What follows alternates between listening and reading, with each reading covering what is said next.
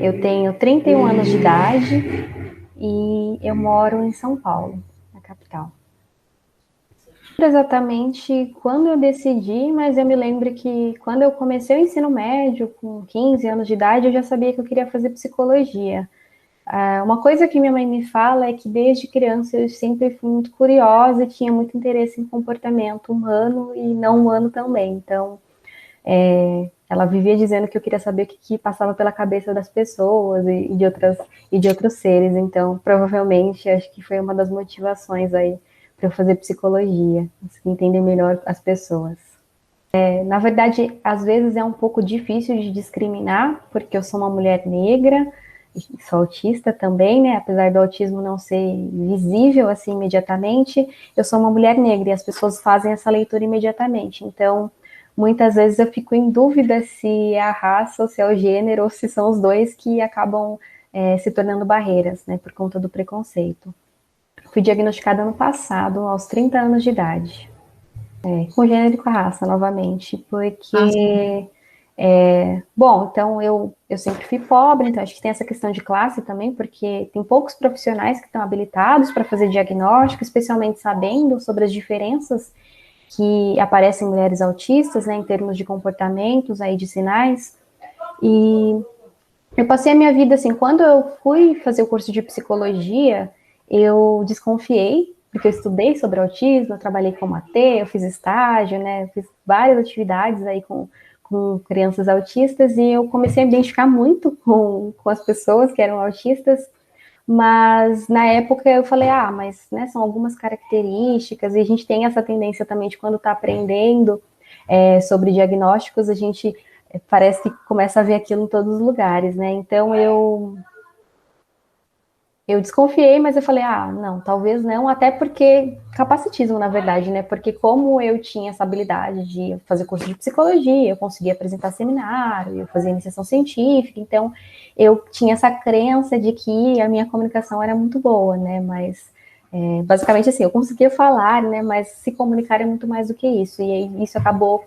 dificultando um pouco, mas assim, durante toda a minha vida, quando aconteceu o diagnóstico de fato, a minha mãe também ficou um pouco, assim, fez muito sentido, obviamente, mas a minha mãe ficou muito surpresa, porque ela sempre me levou nas consultas, ela falou, nossa, nenhum médico nunca desconfiou, nunca falou nada, eu sempre fiz o acompanhamento com você, então a gente vê que falta muito treinamento, né, profissional. Olha,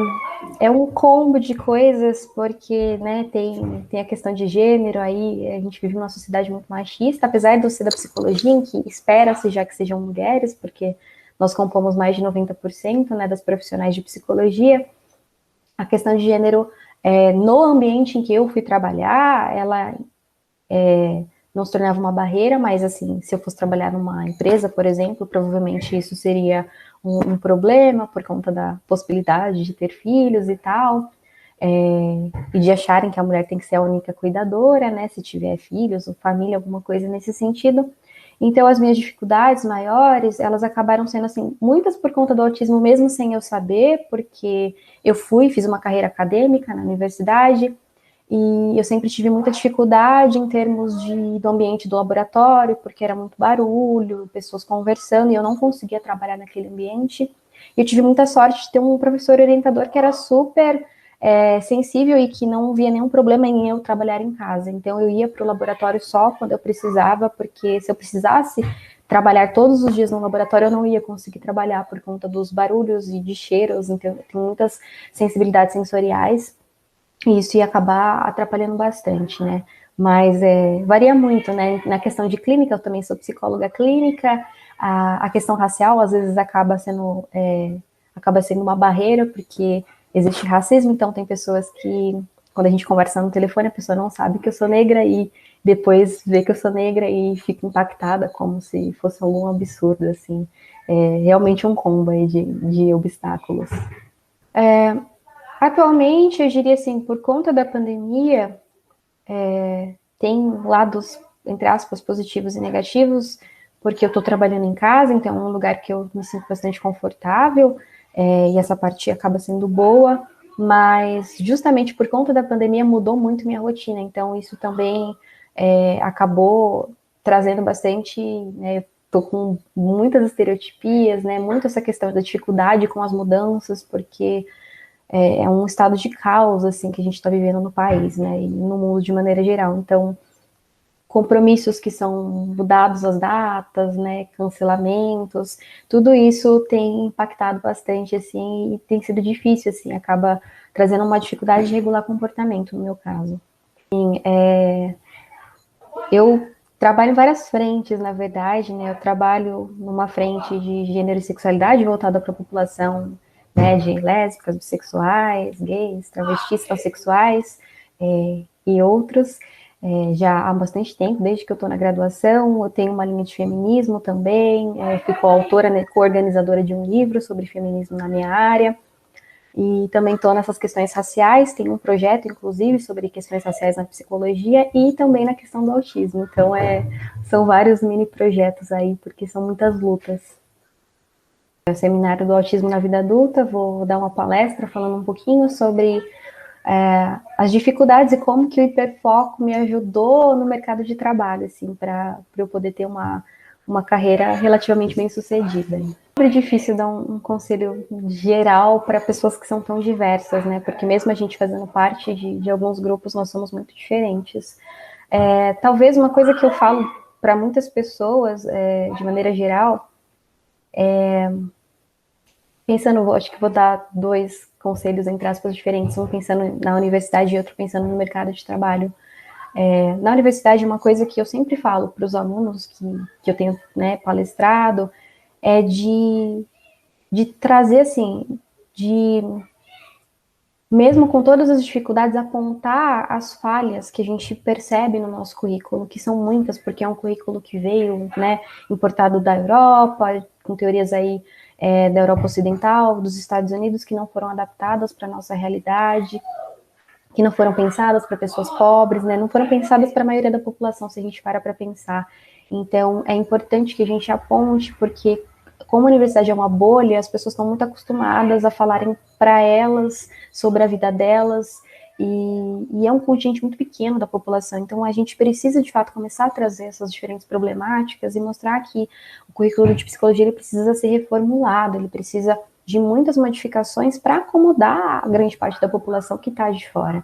E aí mesmo com medo, né, com todo o respeito, de tentar apontar quando a gente percebe que o professor está sendo capacitista, por exemplo, né, qualquer tipo de preconceito que a gente consiga identificar, de tentar mostrar, olha, essa nomenclatura não é legal, né, tem essas pessoas que são ativistas, a gente tem esses documentos, a gente tem esses estudos mostrando que isso não é muito legal, né, será que a gente podia discutir esses trabalhos? Eu sei que tem essas relações de poder que isso pode dificultar, mas se houver essa possibilidade, eu acho que é muito importante tentar. É uma coisa que eu tenho feito também, né, conforme eu tenho tido mais voz aí na comunidade da psicologia que eu tenho atuado. E no mercado de trabalho, eu acho que é muito importante a gente conhecer os nossos direitos, porque, infelizmente, né, nós não aprendemos sobre isso e tem uma série de direitos que nós temos, e mesmo com as nossas inseguranças e sabendo que a gente vive numa sociedade que tem diversos tipos de preconceitos, a gente precisa tentar se colocar, né? Nós somos seres humanos como qualquer outra pessoa e a nossa capacidade não devem assumir menos capacidade simplesmente porque nós somos pessoas com deficiência. E quando a gente consegue colocar isso para as pessoas, quando elas fazem algum comentário nesse sentido, né, e mostrar, olha, eu tenho esses direitos, eu preciso de um ambiente acomodado para as minhas necessidades,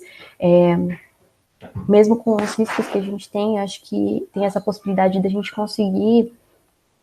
ter as condições que são necessárias, de fato, para a gente